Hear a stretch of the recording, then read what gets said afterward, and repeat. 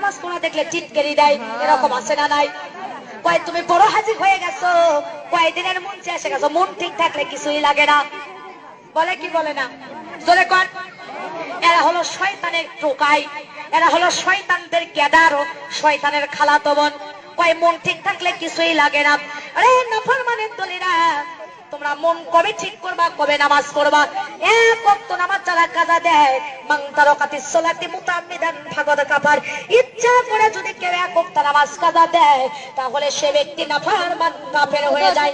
আর একজন ব্যক্তি যে মুসলমান, আর একজন ব্যক্তি যে কাফের, এর মধ্যে পার্থক্যই হলো বাইনাল আব্দি বাইনাল কুফরি তারকুস সালাত। একজন ব্যক্তি মুসলমান, আর একজন ব্যক্তি নাফরমান, এর পার্থক্যই করে হলো 5 ওয়াক্ত নামাজ। আমার মা বোনেরা, কিন্তু কুরআনুল কারীমে এসেছে ইন্নাস সালাতা তানহা আনিল ফাহশাই ওয়াল মুনকার, নিশ্চয়ই 5 ওয়াক্ত নামাজ সঠিকভাবে তোমরা যদি আদায় করো, তাহলে তোমাদের মন কোন দিকে গেছে, তোমাদের মন কোন দিকে গেছে এটা দেখার বিষয় নাই। কিন্তু তোমরা 5 ওয়াক্ত নামাজ যদি পড়ো, অন্যায় কাজ থেকে, অশ্লীল কাজ থেকে, বেহায়া কাজ থেকে, এই নামাজ তোমাকে জান্নাতের রাস্তায় নিয়ে আসবে। নামাজ নামাজ নামাজ নামাজ পরকালের জন্য নাজাত। আমার মা বোনেরা, এই নামাজ আসসালাতুল মিফতাহুল জান্নাত, নামাজ হবে জান্নাতের চাবি। আসসালাতুল মেহরাজুল মুমিনিন, নামাজ হলো মা বোন আমার মুমিনদের জন্য একটা মিরাজ।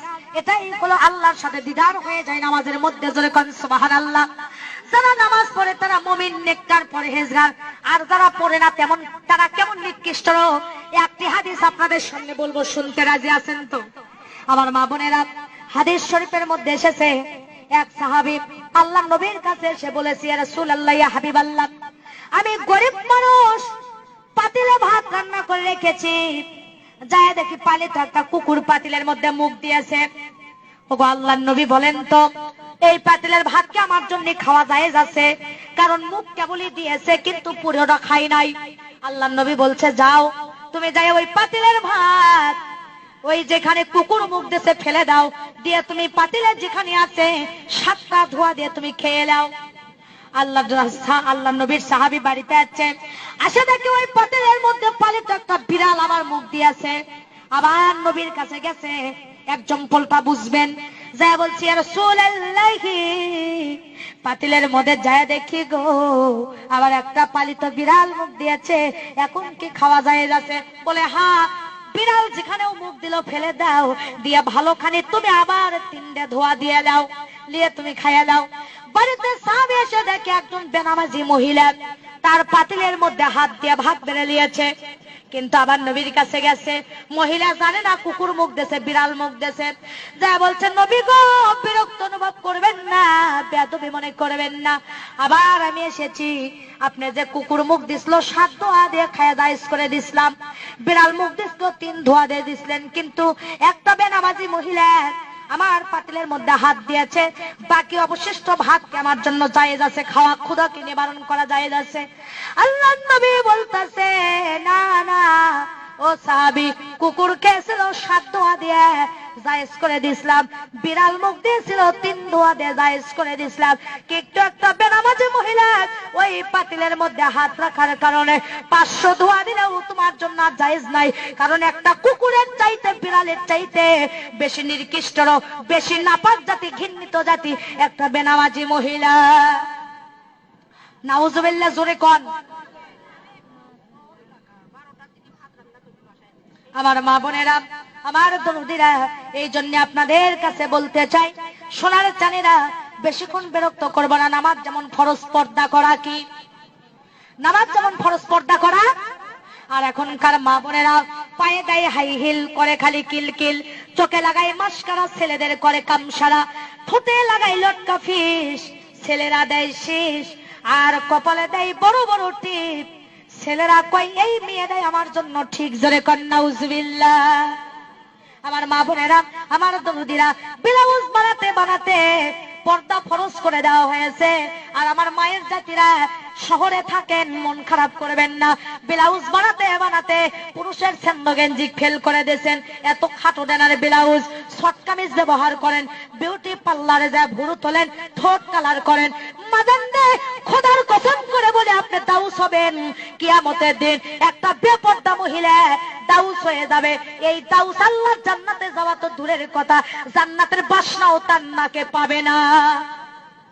টাকা পয়সা আলা হয়ে তোমার কোনো দাম নাই। আমার মা বোনেরা পায়জামা গুলো দেখেন, স্কিন পায়জামা পরে যা দেখতে তল্লাবাসের মতো পাড়া শিকল লাগে, মাথার চুল কাটে বানরের লেজের মতো করে দেয়। ধরে বলেন ঠিক না ঠিক? বোরকা যে পর্দার জন্য গো, সেই বোরকা গাও দিয়ে রন্না খান গলায় পেঁচে দেয়, বুকের ওপর দেয় না, মাথায় কাপড় দেয় না। আমি আমার ভাষায় নাম রাখছি, এরা হলো তনসেল বারা মুসলমান। এদের স্থানটা হবে তাসলিমা নাসরিনের সাথে জাহান্নামে। জোরে জোরে বলেন ঠিক না বেঠি? আমার বাজান হক কথা বলতেছি, আমি বক্তাকে আর দাওয়াত করবেন না তাতে যায় আসে না, কিন্তু আজকে তো আপনাদেরকে বলার সুযোগ পাইছি। জোরে বলেন ঠিক না ঠিক? মাজান রে, পর্দা করা ফরজ, কেউ জান বেহায়া বেপর্দা করে চলবা না। মোটর সাইকেলের পিছনে শ্যাম্পু করে যায়, বেগনা পুরুষেরা কয় খায় না খায় মাল একখান গেল। জোরে কোন ঠিক না ঠিক? হায় হায়, মহিলাদের চেহারা দেখে কয় মাল একখান গেল। নাউজুবিল্লাহ নাউজুবিল্লাহ। আমার মা বোনেরা রে, আমার দরদিরা রে, তোমাদের কুদরাতে পায়ে হাত দেব আমি, তোমাদের সন্তানের মতো, ছোট বোনের মতো তোমাদের কুদরাতে পায়ে হাত দিয়ে বলবো, মাগন মরে একদিন তোমরা যাবা, কবরের মেহমান একদিন হবা। তোমরা জান কেউ নামাজ ছেড়ে দিও না, আর ফরজ পর্দা জান তোমরা কেউ ছেড়ে দিও না।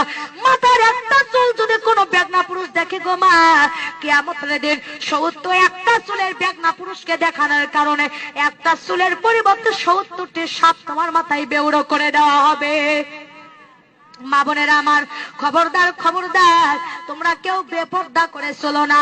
মাথায় মাদানদের সময় থাকলে আমি মেহেরাজের ঘটনাটা বলে যেতাম, কিন্তু 12টা ব্যক্তিতে আমার মাদান আল্লাহ যদি কোনোদিন নিয়ে আসে, আল্লাহ নবী 7টি দৃশ্য মেয়েদের ব্যাপারে মেহেরাজে দেখে এসেছেন। কোনোদিন যদি এলাকার আশেপাশে আসে আপনারা যাবেন বলে দেব। আমার মা বোনেরা ফরজ পর্দা করবেন, আর স্বামীর খেদমত করার দরকার আছে না নাই? আজকে দেখেন অফিসারেরা সালাম পায়, কিস্তির সাহেব সালাম পায়, নিজের স্বামী সালাম পায় না। জোরে কোন ঠিক না ঠিক? কিন্তু মাদান যে ঘরের মধ্যে স্বামী স্ত্রীর মিল মহব্বত থাকবে, ঘরটা হবে জান্নাতের টুকরা।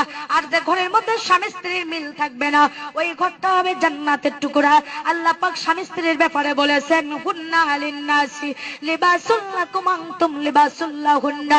স্বামী হলো স্ত্রীদের লিবাস, আর স্ত্রীরা হলো স্বামীদের লিবাস। দুইজন দুইজনকে লিবাস হিসেবে বলা হয়েছে। রে আমার মায়ের জাতিরা, আপনারা যা একে অপরের লিবাস। স্বামীকে মাঝে মাঝে গোসল করে দেবেন, স্বামীর সাথে রুক্ষ মেজাজে কথা বলবেন না, হাসি মুখে কথা বলবেন, আর স্বামীকে সালাম দেবেন। হযরত আয়েশা সিদ্দিকা হুজুর সাল্লাল্লাহু আলাইহি সাল্লামকে মাঝে মাঝে গোসল করে দিতেছেন। একদিন হুজুরকে আয়েশা গোসল করে দিচ্ছে, হুজুরের খুশিতে বলে গে আম্মা আয়েশার বুড়ো লোকের আঙ্গুল ফেটে গেছে, হুজুরের গায়ের সাথে পানি ঢালছে, রক্তের বন্যা বয়ে যাচ্ছে। নবীজি আমার ঝাঁপে দাঁড়াছে, দাঁড়া বলে ও আয়েশা, তোমার পানি যে ঢালি তো রক্ত কিসের বন্যা বয়ে যায়? আয়েশা বলছি ইয়া রাসূলুল্লাহ, আপনার গায়ে যখন পানি ঢালে আপনি যে খুশিতে বসে আছেন, আপনার খেদমত করতে যাইয়া ওই খুশির দাবা লেগে আমার বুড়ো লোকের আঙ্গুল ফেটে গেছে। নবী বলে আয়েশা, তুমি একবার আহু হু করনি কেন? তোমার কি কষ্ট হয়নি? আয়েশা বলছে ইয়া রাসূলুল্লাহ, আপনি তো আমার একদিকে স্বামী, একদিকে আল্লাহর নবী, আপনার খেদমত করবে যাইয়া আমার কলিজাও যদি ফেটে যেত, আল্লাহ রাসূলকে খুশি থেকে উঠে দাঁড়ানোর কথা বলতাম না।